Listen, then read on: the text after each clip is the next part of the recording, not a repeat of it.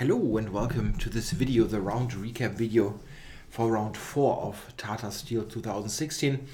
A little bit later than the earlier videos, but I couldn't do it any quicker, no chance at all. So here we go. Yeah, that was an interesting round actually with some action. And I'm going to cover 2-3 games quite quickly because I feel if I stretch those too long, then we will have difficulties with looking at the others. So I'm going to start with Carlsen Mamedyarov, and yeah, starting with that game already hints that it wasn't very exciting.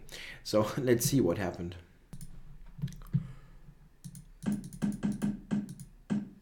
Yeah, that was the opening. Fianchetto, Grunfeld and Carlsen went for Queen A4. Yeah, this line we have seen before in this tournament, and this was in the game, I think Elyanov against Vailly, if I'm not mistaken. And in that game, A6 was played, and it happened in this game as well. Yeah, and the funny thing is, if you compare those two games, they are exactly identical up to this point. And what I don't get is, and as it often happens with Carlsen's preparation, why is he repeating that line from an earlier game that gave White absolutely nothing? At least that was my take on it. Probably, maybe wrong. Maybe he felt that White has a little something, but he also spent like 15 minutes. If we don't count the increment, yeah, like 25 minutes on reaching the position. So what is the point? I don't quite get it. And what Mamedyarov here does, he does exactly the same thing. He just repeats the game by Vailly with bishop h6, which I back then also called out as a good idea, yeah, to avoid trading dark squared bishops. And I mean, the games follow quite similar patterns. Now White has taken on f6, but what is the White idea? I don't get it, yeah, because Black's play is super simple. He defends the small queenside weaknesses that he has, and I don't really see what White has. Okay, I understand that Carlsen has won tons of games from nothing positions, but I mean, this is just like a non-game. Here they drew with almost a perpetual from the black side. So a little bit strange, repeating an opening of an earlier game that promised White close to nothing, spending time while doing so. Sometimes it's mysterious what he's doing. Yeah, in any case, a draw, which is also a little bit disappointing maybe from a psychological point of view, as Mamedyarov in round 3, the round before that, had this big blunder, yeah, against Elyanov when he was completely winning and then blundered a rook in one move. Yeah, you certainly want to put pressure on the guy who's probably somewhat psychologically shaken. But anyway, didn't happen. It was not very exciting. So after 4 rounds, and we've got a rest day on the Wednesday, Carlsen has 4 draws and wasn't really close to winning any of the games as far as I remember. So not a very inspiring performance so far from the world champion. Next game is Wesley So Dingliren that we're going to have a look at. And we get this kind of semi-Slav here with b3 bishop b2 that was seen earlier in a game in this event. Let me think about it. We had that earlier.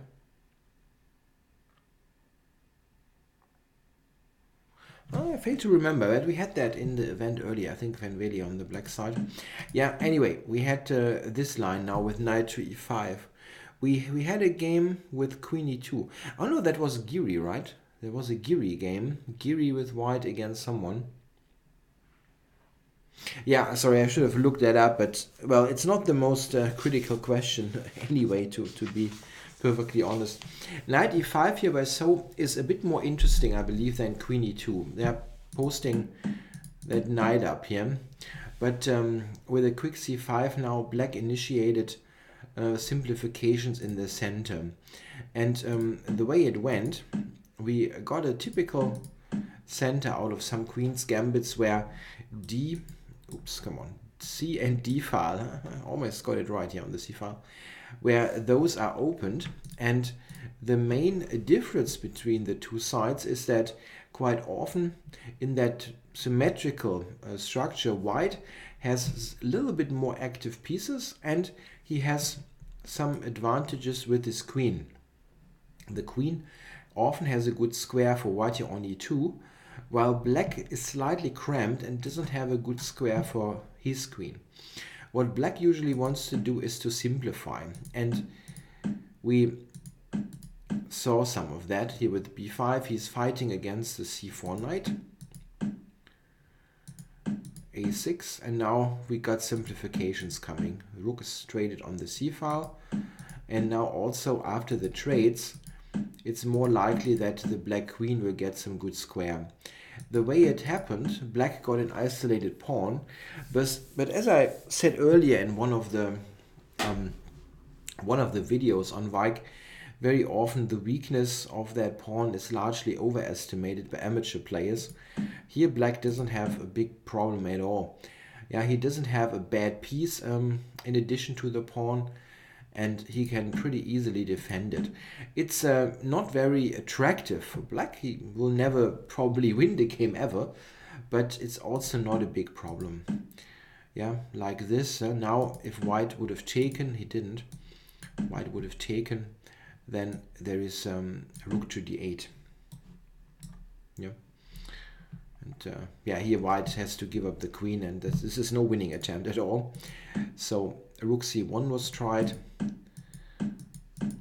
Yeah, and that pawn can be very easily defended. It is attacked once by the white queen, can be defended by the black queen, and black just yeah, basically stays and has no problems. With d4 he managed to get rid of the pawn. Here they they drew, right? Check. Okay, Check. we had a couple of checks here, and then a draw. There is no way, by the way, for white to play for a win if in this position white goes for g3. There is queen to d4, and this is hanging. And if you cover it, there are further checks. So white is not escaping any of those attacks. Yeah, not very exciting game, but correct game by both sides, as it sometimes happens. And a draw was the result. Next game we want to check is Adams against Vailly. And Adams, usually a 1e4 player, is going for c4 here. He had done this earlier, but it seems that he's branching out a little bit, not just playing e4. And we get many of those slowish English openings nowadays, and this is one of them. Yeah, Vailly here with e6. This is I'm not sure if you'd call it the main line. I think you cannot do that. You cannot call it the main line, as black has many moves that are about of equal value. d6, e5, knight f6. Yeah, everything is possible here. That's a very flexible position for black. But e6 is enjoying a very solid reputation back from the days when Fischer used it to win very nice games against Petrosian and Smyslov in the early 1970s. Yeah, h4 by Adams.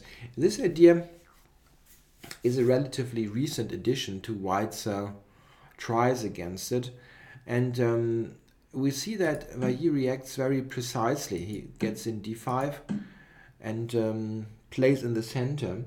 That position, by the way, could have been easily anticipated by Adams, because Vailly had this on the board only a couple of months earlier in a tournament in China.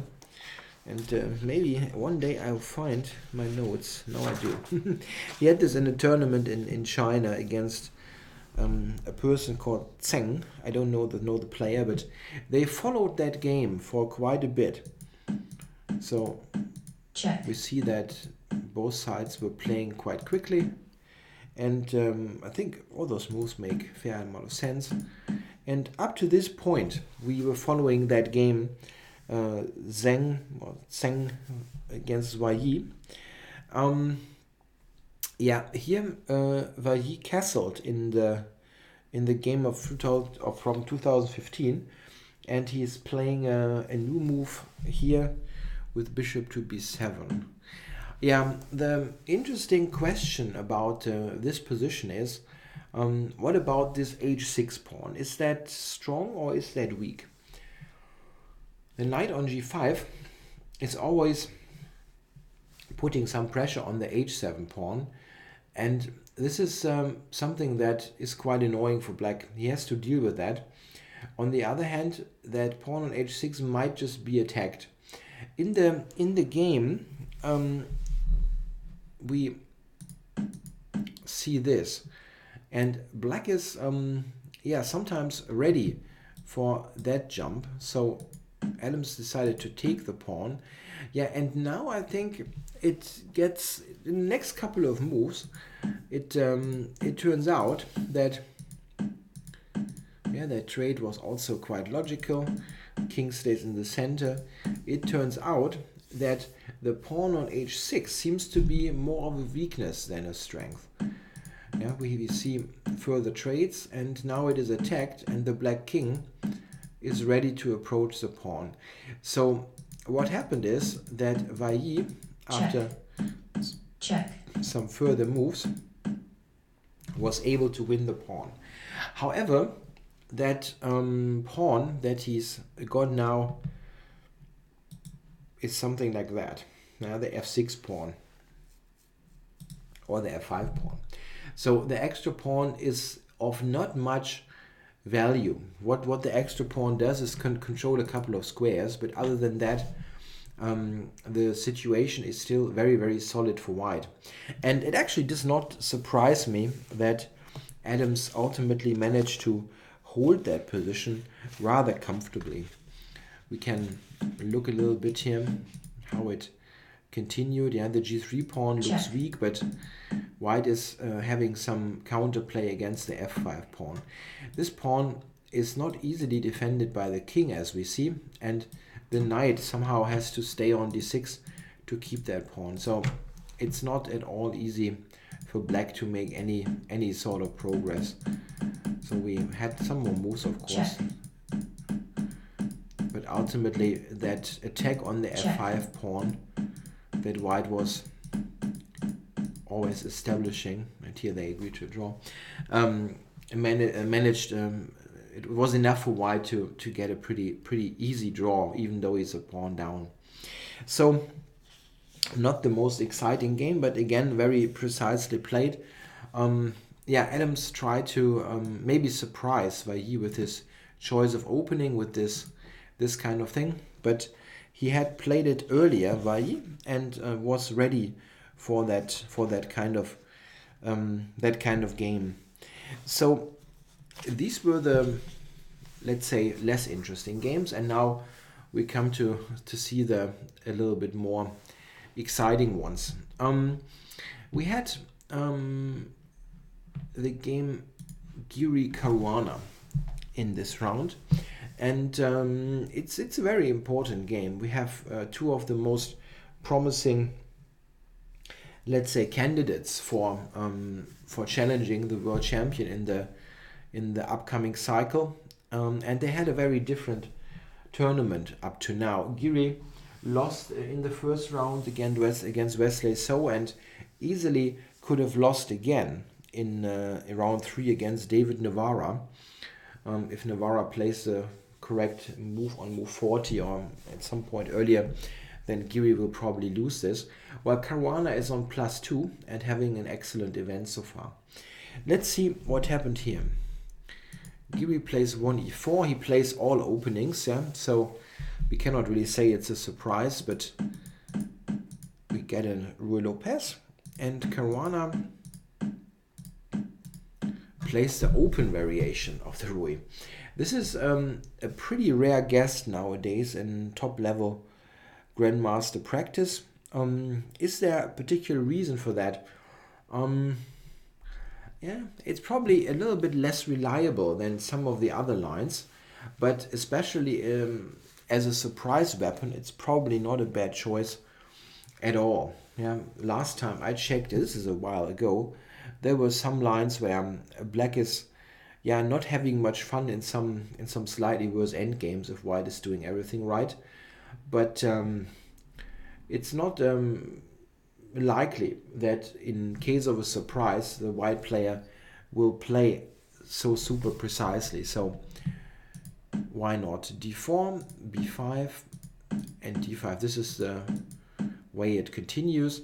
The main issue for black in the open variation is that he's got active pieces. Knight on e4 in particular is quite nice, and he will get an easy piece play, like bishop can come out to c5 or to e7, castles quickly, everything's good. But what is not so good is that the queen side here, that whole skeleton of pawns there is quite weak. Yeah, d5, b5 after some a4, and sometimes the c5 pawn. Yeah, Giri very quickly played bishop e3. I think one reason for playing so quickly here is to not give the impression that you were surprised. And in fact, he's playing this, as I said, quickly, but this doesn't seem to be a very critical line. I think Caruana had a very decent position here with c5. Got this, and now Giri decided to capture that pawn. Yeah, how does that work? Isn't rook d8 good? Yeah, this is what was played, but white has a trick up his sleeve with c4. It's a nice little idea. Otherwise, it would be a pretty awful pin. But the idea is now that this is attacked, and currently the bishop is protected. After knight takes, white had this intermediate check, and saves his piece. Here Caruana played king f8 after long thought. A very interesting move, a much sharper move than bishop d7, which was possible. Yeah. After that, white probably will capture and play this position, where I think that black has no problems whatsoever, but it is also not as challenging as the king f8 move that Caruana played. Now it got very sharp. Queen to c3, b4, and black now plays h6 and g5 to get the king, get the king to g7 and connect rooks. You can ask, why is that sharper? The thing is, with h6 and g5, many additional ideas come into the position. Black might go g4 to undermine the e5 pawn, or he may gain time on that bishop on c6 that is slightly stranded. Yeah, it's not so connected to white's army. This is much sharper than playing bishop d7 and allow the trades. The whole game was really sharp and played very well by both sides. Actually, they handled the complications very well. After this queen a5 move, black, by the way, he could have taken e5. That was an option. But after rook b7, white's initiative gets very, very strong. Black, in this kind of situation, for example, has a hard time to keep that pawn. I mean, you can try, but let's say you go here, rook e1, queen to f6. Yeah, queen to f6 still gives it away. Yeah, it's hard to keep it.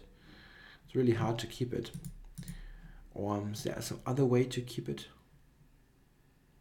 Queen to a5 you can try, but like rook e1, it's very dangerous. The combination of, let's say, queen here to attack, rook takes e6 sometimes, bishop h5. It's very risky to take many attacking options. This is the wiser choice, queen to a5, rook to b7, and now rook g8, a move that is in fact the only move. It's quite interesting. White's idea of sacrificing here is very strong, and black has to play rook g8 to cover that. What is white supposed to do now about the a3 pawn? Very tricky business. He decided to play rook b3, and this is actually inviting a sacrifice. Knight d6. Caruana, can we so calls the bluff? It's not a real bluff because white has enough compensation for the exchange. He took the knight and gave away his rook there on b3. but white's compensation is very strong. He's got the d6 pawn, and that pawn is limiting black's king. The king cannot move now at the moment. Okay, to e8, but that doesn't make any sense.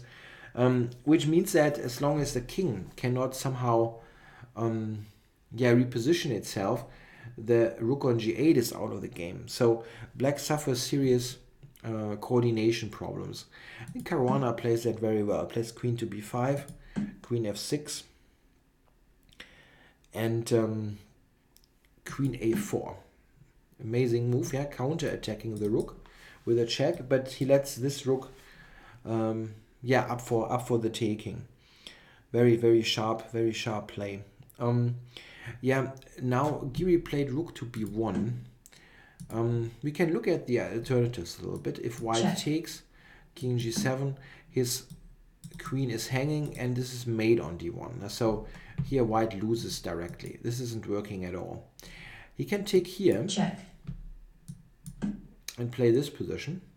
Something like rook e1, rook d6, queen h7 is very dangerous for black, because if you play rook to f8, white retains a strong attack with moves like queen h5, for example, to play knight takes g5. Yeah, it's just an exchange, and black's king is very unsafe. Unclear, very unclear situation. The move rook b1 by Giri is also quite playable. We come to a critical position a little bit later. That bishop was taken, and now white can take on d8 to return to b6. So we have, black gave the exchange back, but he managed to get in g4. And now the knight is hanging. What is white supposed to do? It seems that the best continuation here is queen to b2 check. King h7 and knight d2. After this, rook e1. White has this idea. And it's remarkable that black can actually take there. Yeah, just take the pawn and ignore this thing, because there is rook b8. A pretty remarkable line. Yeah, if white now checks, black just goes to g6 and will actually win, because white has huge problems now to find a good square for the queen. Yeah, if you go here, there's rook b3, and it gets worse and worse.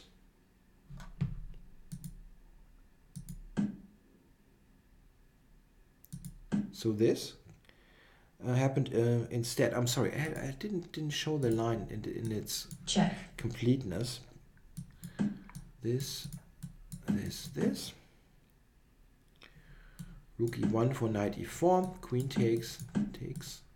Queen c2 has to still be checked, because that looks kind of dramatic. The knight attacks the queen, but black has bishop f5, which is pretty remarkable. Yeah, using a pin. Of course, this is heavily supported by the engine, this kind of line. But it's just important to understand that this is the best that probably was possible for white at that point, and this endgame is certainly somewhat worse for him. Yeah, he probably should lose with very precise play, but it's not much fun.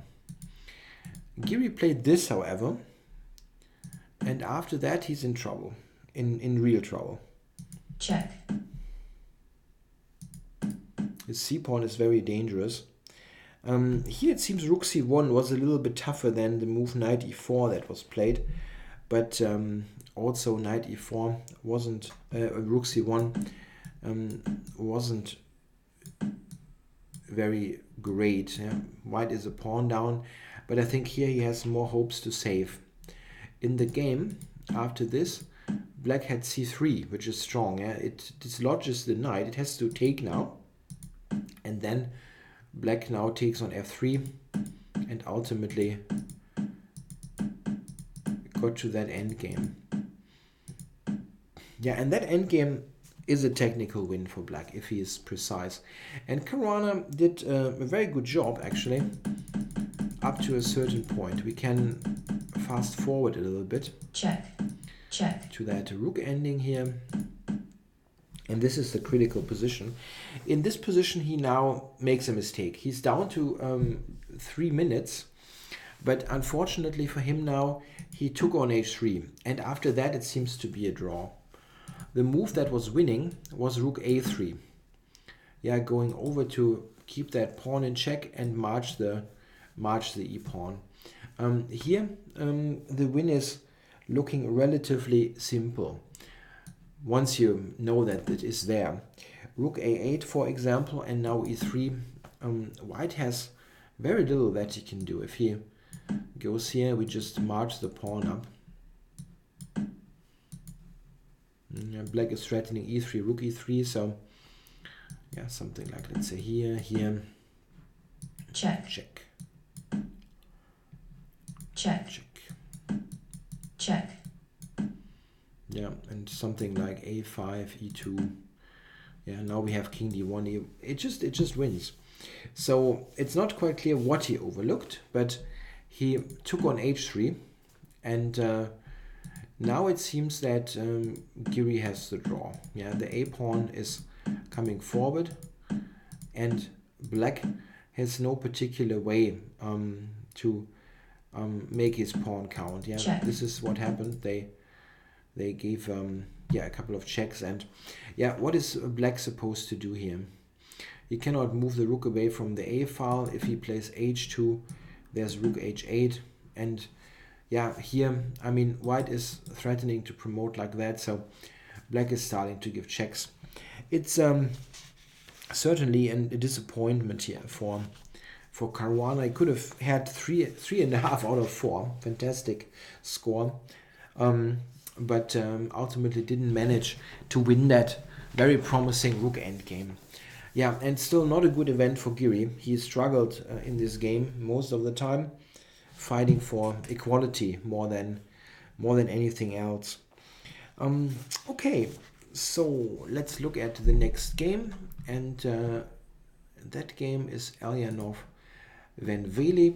Here I'll mostly focus on a particular situation. We had this opening, and we had the same thing in the So Ding Liren game. Here Elyanov plays with knight e5, something that I had mentioned earlier, knight e5 and a possible f4.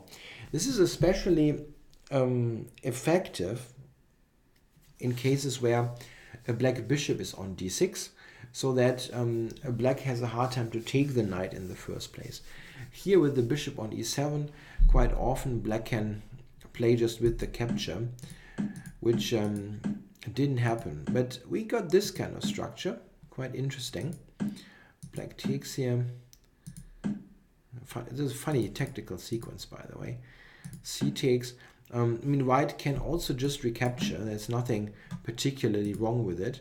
But he played knight takes e4. It's really a funny sequence. If black now takes on e4, then rook takes d4 is happening.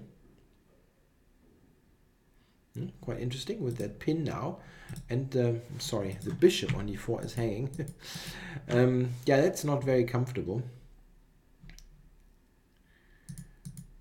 In the game, Van Veli took here, and now f takes e5 is played. Yeah, quite funny.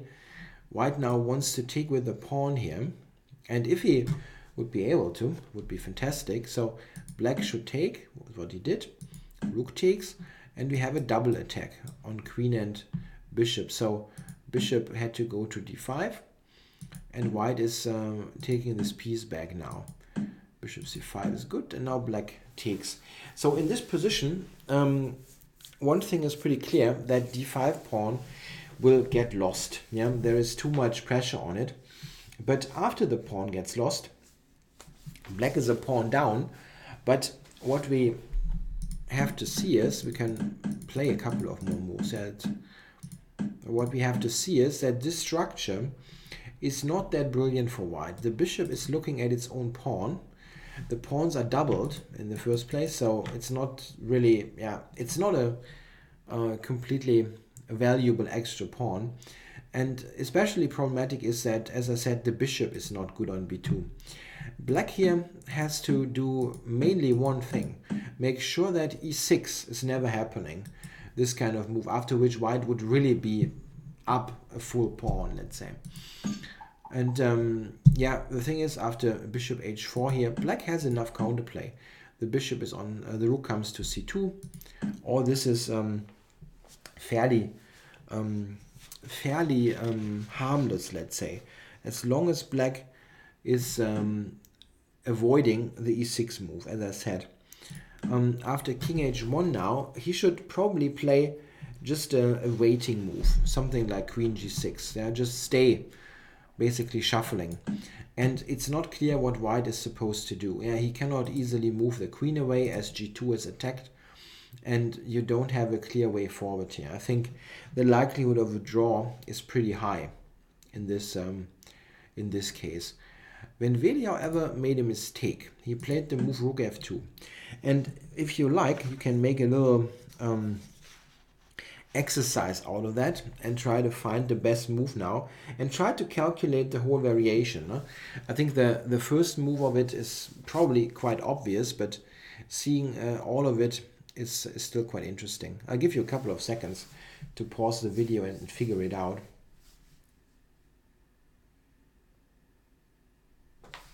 Yeah, white played e4. Yeah, this is fairly obvious. Yeah, we attack the queen and the rook, and the only way for black is to handle it is checking. First thing that you think is, okay, if white takes, check. What about this? Is this dangerous? Here black with queen e1 even has a winning position, amazingly enough. So what is the big problem? The problem is this move. White is blocking, and now queen is still hanging. It had to move. It went to f2. Takes, and now e6 is possible. So when Veli allowed that mentioned dreaded e6 advance, that now gives white a full pawn. And the problem is a little bit that white is also active in the whole process. After taking, queen takes, which is what black should have done. He is really a lot better. Yeah, if black goes here, we even have the possibility to go into that bishop ending, which is probably a complete win. Yeah, I think so. Black's pawns are even badly placed on a7 and b6. Yeah, white will win this very likely. Yeah, what he did is he played bishop e7. After queen d7, it got maybe even worse, as another pawn got lost on a7. This is debatable. Both is very, very bad, but this was now resignable. And Van Veli, absolutely, he now resigned the game. Yeah, a bit of a shame. He had a good event up to this point with 3 draws, and he was even better in one of the games against Mamedyarov. Could have won at one point. And here he actually should have held the draw against Elyanov, but wasn't precise enough there with the time ticking down. Often this is the issue. You are somewhat worse the whole game. It have to be precise, and then when the clock ticks down, there's often this one little mistake, or big mistake in this case, that costs the whole game. Yeah, so a bit of a shame here for the local guy. Next game to check is Karjakin Tomaszewski, and somewhat surprisingly, they played an Italian game, not one of Karjakin's regular openings. Sometimes plays that, but normally he goes for the Rui Lopez, of course. Tomaszewski plays classically with bishop c5, knight f6, and we have this typical main line of the Italian. Knight bd2. White has many move orders here. This is one of them. c3 and a5. Yeah, played after some long thought, and I have to say that I don't like that kind of structure that Tomaszewski is going for. much. I'm much more of a fan of a6, h6, this kind of thing. Yeah, play like this, and bishop e6. Well, I'm not saying that a5 is bad. It's just that I don't really see the point. I see that you prevent b4, but I think you weaken your queen side a little bit more than necessary. In the game h3, bishop e6, rook e1 was played, and they were taking time. They were really playing this over the board. That was not part of some preparation. Here, I actually thought that black maybe should take on c4 and simplify the position a little bit.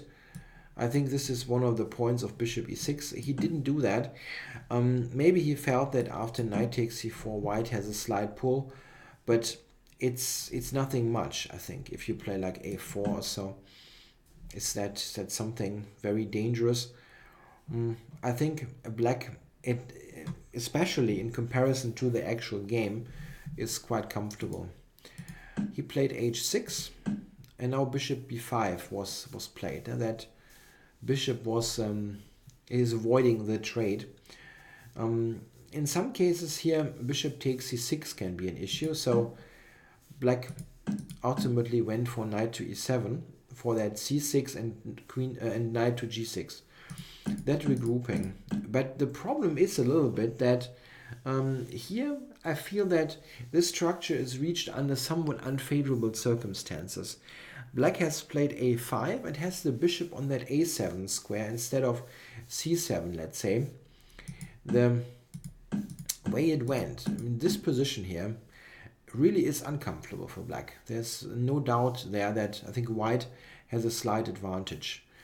And the way it went here, bishop b8, yeah, this is another move where I'm kind of unsure. Do you have to do that? Yeah. Was it possible maybe to play more actively with b5?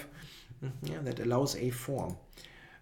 That position is somewhat passive. It really is somewhat passive, I think. And I have to say, it's a little bit unclear to me where I don't like black's setup in general with a5 and so on, but I have a hard time to pinpoint what the actual mistake is, because the position here that they get, if we look at this here, this is really awkward for black. Yeah, white's center is fantastically supported. He's super harmonious. Yeah, those pieces here are lined up so nicely. And black has a hard time to move any of his pawns. He cannot really get d5 in. Taking on d4 is difficult. Sorry, c5 is difficult to do. Yeah, I don't know. Black is basically sitting around. Yeah, with like this c4, bishop c8, and white just expands with b4 and so on. And black is in danger of getting crushed. Yeah, he took on d4, which is, yeah, ultimately not helping. But if you sit there, white has tons of moves. b4, c5, d5 in a good moment, yeah. This just looks like an excellent version of an old Indian defense where black has played the most passive setup possible, let's say. Yeah, he took and tried this, but when we see how comfortable white is, yeah, he's slowly improving with b4 in, and black now tried d5. They both didn't have any time left, yeah, spending lots of time in the earlier process. And after d5, the game is definitely, definitely over. White's now plays e5, and black has no good reply. If he goes back with his knight, let's say here, then white has this simple line, which will win a pawn with a disaster. Simply, knight h4 is also coming. That's even the bigger problem. I mean, something like this is just downright awful. So he had to jump into e4, but we already see that this e4 pawn will get lost. Bishop c5 tempo, and here it is gone. And white is winning. After these moves here, after Tomaszewski took on d6, he resigned the game before awaiting further procedures. I think he also might have lost some time. I don't know. It doesn't really appear here on the ICC interface. He's also just lost. If white takes, rook takes, and queen e3, this knight will get lost. Black can cover it for one move, but after the further attack, it's over. Yeah, very nice win for Karjakin, but a little bit difficult, to be honest, for me to pinpoint what Tomaszewski's mistake really was. Yeah, moves like d5 here, of course, they accelerated the demise, but his position was really bad out of the opening. I think. I mean, this kind of position here should be absolutely avoided because it's totally one-sided and absolutely passive. It's not clear to me. As I said, I don't like his setup there with a5 and so on, but it ultimately shouldn't be so bad that it loses the game. However, the way it went, it was a very smooth win for Karjakin. Okay, the last game, and to my mind the nicest game of the round, was played here between Hu Yifan and David Navarra. We got a Caro-Kann and the advanced variation, the modern main line of the Caro-Kann. On the top level, you almost exclusively see the advanced nowadays, and it also can be recommended for play on all levels. It just leads to interesting games, and is far more dangerous than was originally thought, let's say like 30 years ago. Okay, bishop f5, and Hu Yifan goes for the short system, the simple development system, let's say, that proved to be one of the toughest nuts for black to crack. He's going for what is seems to be quite popular, the setup with knight to h6 and knight to f5. However, well, I'm not an expert on this opening, but the way it went in this game, I have to admit that I didn't like black's position at all. Yeah, Hu Yifan played bishop d2. That looks a bit mysterious, very smallish looking move, but it has a clear point. White wants to play the move g4 at some point in the game. Wants to attack the knight, and right away this is a mistake because black is happy to jump into h4, and after this the black queen is a very unwelcome visitor here on the queen side, on the king side. White's king is weak, and here she would have huge problems to keep this at bay. I mean, especially considering that white would like to play this. You don't want the queen on h4 for that. So this is played, and now after bishop e7, only now g4 is played. So after this sequence now f4 is possible without the black queen being on h4 harassing white's king. As I said, I don't like black's position.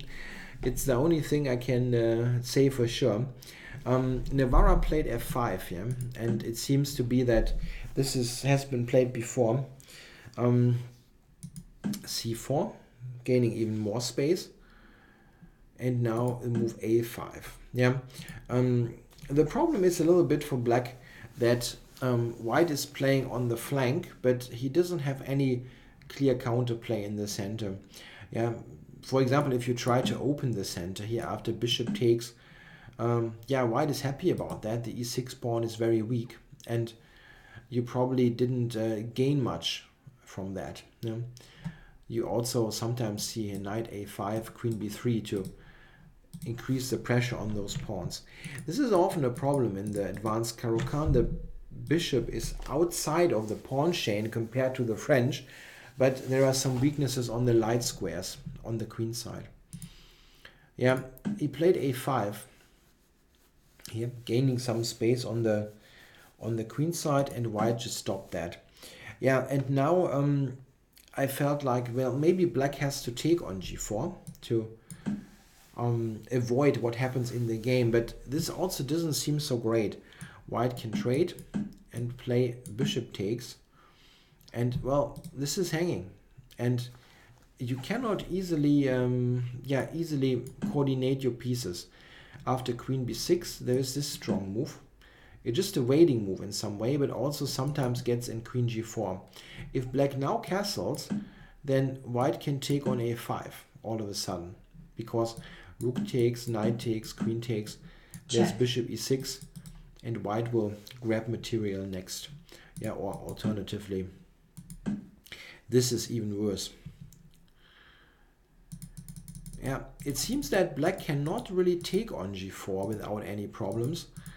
And that then leads to the conclusion that castles is right, but after g5, black's position doesn't inspire much confidence.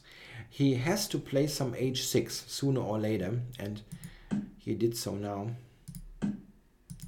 Otherwise, that bishop is completely separated from the rest of white's army, and she would probably make some regrouping to attack it.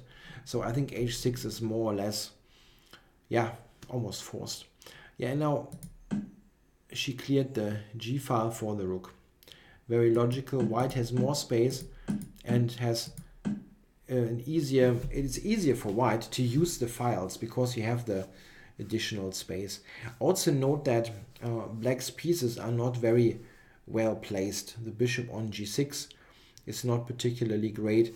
The knight on d7 doesn't look great, and the move b6, while again looks a little bit strange. Why would you weaken the c6 square? Yes, but there's always some annoying pressure on a5, so black maybe wanted to move the queen at some point, and this b6 was supporting that idea. White has a direct way to trying to make use of that weakened square, and she went for that. Rook c6, just attacking e6.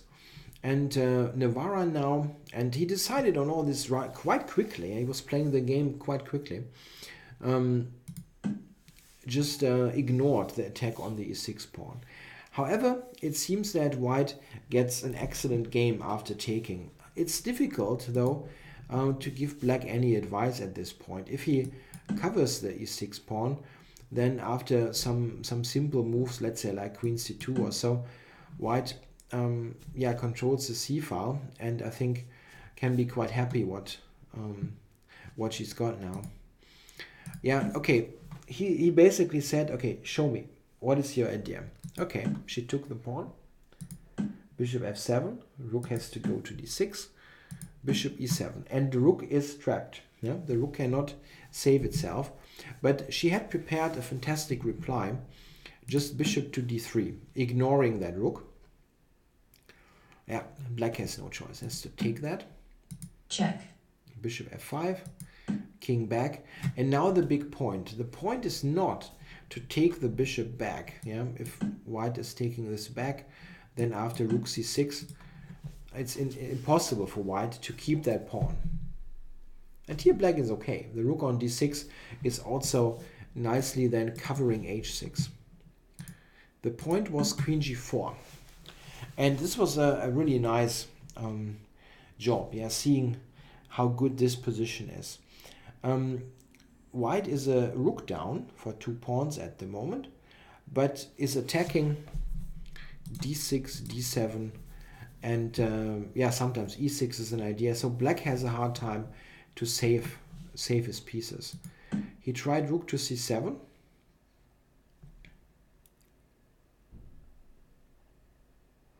Here, the best defense, according to the engines, is knight to f6. A very strange move, kind of a self-fork, but it seemed to be better. After queen h3, however, white also is better. Something like this: h5 takes d6. Now a rook move to c4 to b8. In both cases, there's d7 coming, and white's position is excellent. Yeah, the compensation that she's got here for the exchange is more than sufficient. Still, it's probably better than this. I think after rook c7, black is probably not able to hold it. queen h3. But note how precisely Hu Yifan is playing this. Yeah, first threatening the mate there on h6, mate in 2. Now taking, black had to go here, and now bishop e6, also nice to prepare f5, so that after f5 the white bishop can join the action. And this is what happened. Here we come. Black now grabbed on d6, which invites bishop f4 with tempo. But if you don't take on d6, white will play bishop f4, e5 anyway. And the issue is that in this kind of position, black is completely tied down, cannot move anything active, and white's white just wants to activate this knight. That's the only piece not doing much here. And if it joins the action, it will be game over. This is what happened in the game. Bishop g8, Check. and now we got this. And now the knight is coming. d3, f4, g6. Check. Here we come. Yeah, it's just 2 pawns for the exchange, but look at the white pieces, especially that bishop on e5 is monstrous. Yeah, here, knight g6 is the threat, and this happened. Yeah, now we see, and this is hanging with check. After this, king g2, Navarra resigned. So yeah, he I think also was suffering still a little bit from this misstep that happened in round 3 against Giri. But a great effort here by the former women world champion Hu Yifan, and still by far the best female player, and she's got that world championship match coming up in I think it's in March against Maria Muzichuk, and I would be very surprised if she wouldn't win this match very clearly. We see that that she sometimes happens still, that she has no problem at all to compete with players on the 2700 level, especially if she's getting good positions out of the opening. This is often a problem. Her opening prep is not up to the standard of 2750 or so, but if she gets good positions, no problem at all. And we see here how nicely she managed to win against David Navarra. This means Hu Yifan is on +1. Very good result after 4 rounds. She didn't have any issues in the games, was very confidently playing those draws, and now this nice win. Yeah, this was coverage of round 4. Round 5 is played on Thursday the 21st, so there is a rest day on Wednesday. I'll be of course back again for covering round 5s and so on. Until then, have a good time. Thanks for watching.